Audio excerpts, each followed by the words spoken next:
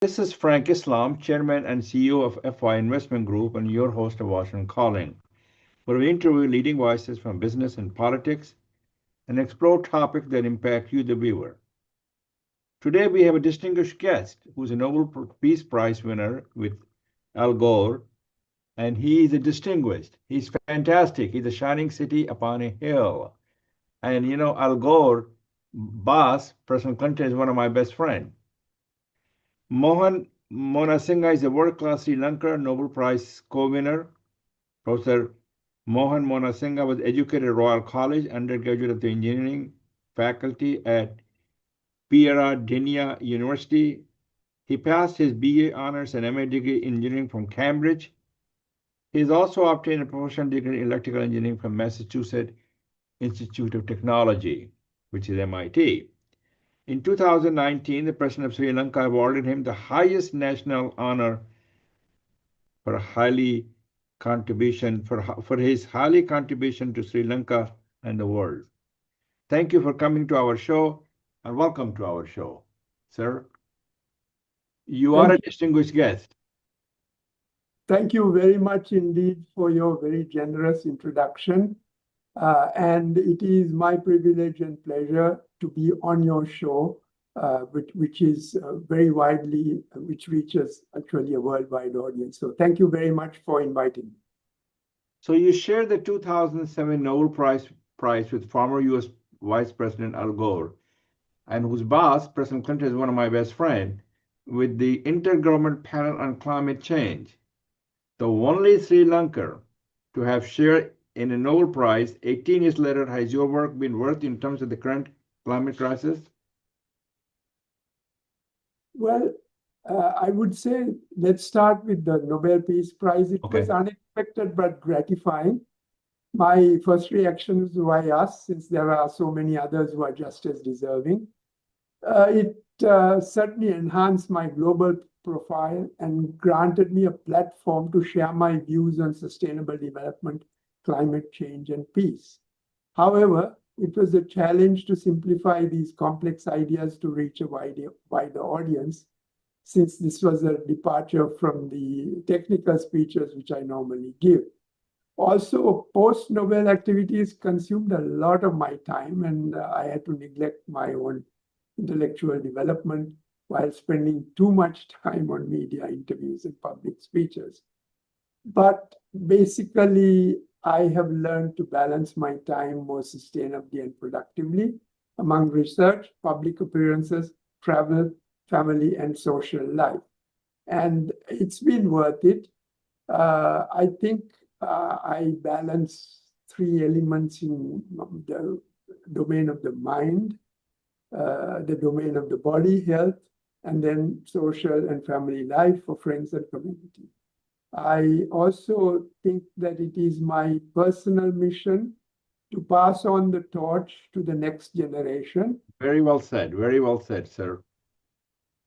Pass on to the next generation of the people, your torch. Yeah, exactly. I would say basically that my generation owes an apology to future generations because we are leaving them a world that is more damaged, divided, and dangerous. But I have faith in the youth to lead the way forward if they learn from the past and do not repeat our mistakes. If they learn from the past. Now, my question to you, you have children, right?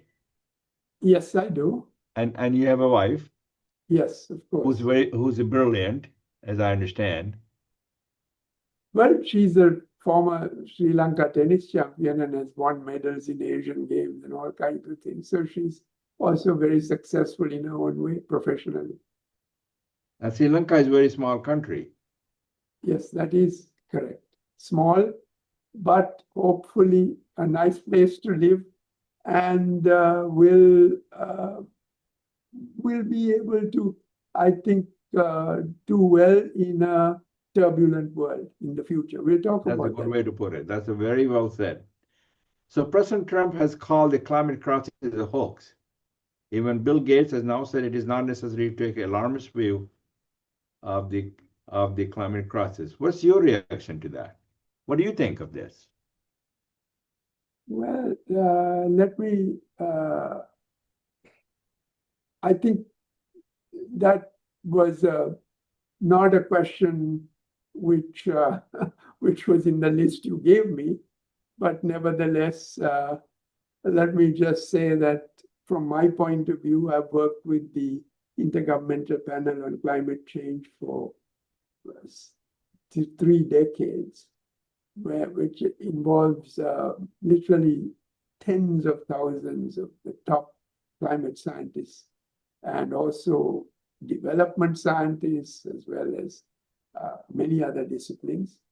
And our collective finding, our collective wisdom is that climate change is in fact real. It is caused by excess of greenhouse gases, carbon specifically, which have been put up there in the atmosphere during the process of human development over the last, especially over the last 300 years since the Industrial Revolution.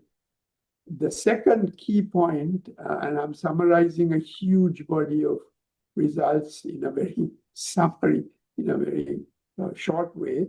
The second key point is that if we persist and climate change gathers momentum, basically sea level rise, also temperature rise, which is close to 1.3% compared to the norm now. And if it reaches 1.5%, we will be getting into the danger zone. I understand that with the current trajectory of emissions that we now have, we will probably be aiming for 3% of degrees by the year, the end of this century. So that is not a very good prospect, and it will mean that we will have quite severe impacts. And there is an element of climate injustice here, because the people who suffer the most will be the poorest and the disadvantaged, mainly in the developing countries, but also the poor in the richer countries. That's also a true statement. Very well said. Why is it an injustice? Because it's the rich who put the carbon up there, and it's the poor who will suffer the most. But I will offer a ray of hope, and we'll discuss that hopefully in the next question. That is, if we follow the path of sustainable development and something I call balanced, inclusive green growth, then we can solve not only the climate change issues, but also the other problems that beset us, like poverty and hunger and ill health and all the other issues that face us together. You're an engineer as well as economist, and you went to MIT, as I understand. Yes, Cambridge was my first port of call, so to speak.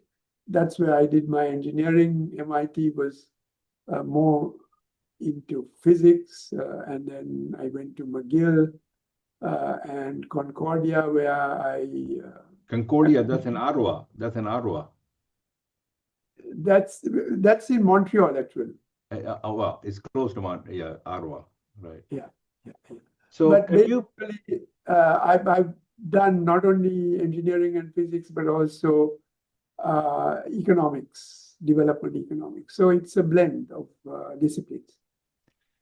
You are a shining city upon a hill in Sri Lanka and all over the place, all over the world. Can you briefly explain the framework that you have developed that applies transdisciplinary thinking to make development more sustainable? Also, what do you think of the novel idea of Millennium Consumption Goals? Right. Let me start by saying the 2021 Blue Planet Prize jury who awarded me that prize said that Sustainomics and something called Balanced Inclusive Green Growth, BIGG for short, were in fact seminal contributions to sustainability thinking. Let's review exactly what it says as briefly as possible. I originally proposed this framework at the 1992 UN Rio Earth Summit and to make development more sustainable. The core concept to understand is that there is a sustainable development triangle, which we must harmonize. What is the triangle? We need economic prosperity to raise the poor out of poverty. We need environmental protection, and we need to socially share the benefits through empowerment and inclusion. So economy, environment, and society. This triangle is also the basis for the 17 Sustainable Development Goals, which were universally adopted in the UN in 2015. And then the BIGG model, which I mentioned. I think that BIGG is the way to implement the 17 Sustainable Development Goals. And I think some countries have started this process, but we are a little behind on the Sustainable Development Goals partly because of COVID-19, but also because of geopolitics, which we can get into if you like later on. Okay. So you were awarded the highest national honor by the President of the Sri Lanka for your contribution to Sri Lanka and the world. As a small country of 20 million people, how do you see Sri Lanka's place in the world today?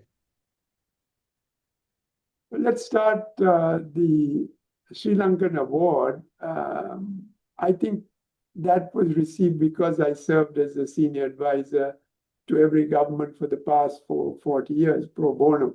And it has not so much to do with sustainability, but just service to the country. On the question of the position of Sri Lanka and this organization called Asian Geopolitical Sustainability and Peace Council, AGSPEC, which we formed quite recently, I think what we feel is that Sri Lanka commands one of the most critical geostrategic positions because it's astride the busiest sea lanes of communication between East and West. So we at this organization called AGSPEC believe Sri Lanka can leverage its position to enhance our diplomatic influence in a very beneficial way for the world. I think we can work with other Asian countries to strengthen our collective interest to pursue both regional and global stability, sustainability, trade, and of course, peace. But I would caution that at this time, the economic geopolitical center of gravity is shifting away from the West towards Asia. Right. And the strategic competition between major powers is interfering with our progress towards what we call the Earth eco-civilization of the 21st century, where we will have achieved sustainability. We can go into that a little more if you like, but there is a transformation underway from a unipolar world to a multipolar world. So before it was Western dominated, I would say basically US and NATO led. Now there are multiple centers of power, and in a way, it is a step forward, I believe, towards progress, peace, prosperity, and sustainability. But the transition will be a rocky one. So you are the president of the newly established Asian Geopolitical Sustainability and Peace Council, a Colombo-based think tank that is centered on finding a greater voice for Sri Lanka. So my question to you is, what are the goals and objectives of this new think tank? What are you trying to accomplish? Well, firstly, I think from a Sri Lankan point of view, we want Sri Lanka to benefit from its geostrategic position, as I said, and play a more active role in building a more peaceful and sustainable and prosperous world. But also, as I mentioned, it can ease the critical transition that is taking place. Basically, if you look at GDP, the BRICS plus group, Brazil, Russia, India, China, South Africa, and other countries, generate 44% of global GDP, whereas G7, the Western coalition, is only 27%. And this disparity is growing. So this economic transition of power from West to BRICS is underway, but there is some resistance from the West. As you can see, there are all kinds of tariff wars, economic sanctions, and even occasionally military force. So this is not conducive to promoting sustainable development. And I think expect by mobilizing Asian nations, and particularly South Asian nations, can ease this transition. And if you look at I'll give you one statistic which is quite startling. Global military expenditures are more than $2 trillion, not billion, 2 trillion, 2,000 billion dollars per year. Whereas the amount of money that we spend for anti-poverty programs is less than 1/10 that amount. So we are spending 10 times more to destroy rather than to save. And I think the global South, which is actually supporting the BRICS, would like that transition to a multipolar world. I think this is the way to go, and expect can help to make that transition so that the global South in particular can better protect their sovereignty and dignity. They can forge their own roadmap to follow not only economic prosperity, but environmental protection and social inclusion and development according to that sustainable development triangle. And Sri Lanka can also play a good role. What do you think of Sri Lanka's ties with the Trump administration? Has it been affected by the Trumpinian tariffs in any way? Well, let me hedge my answer a little bit here, because I am not privy to the discussions between government and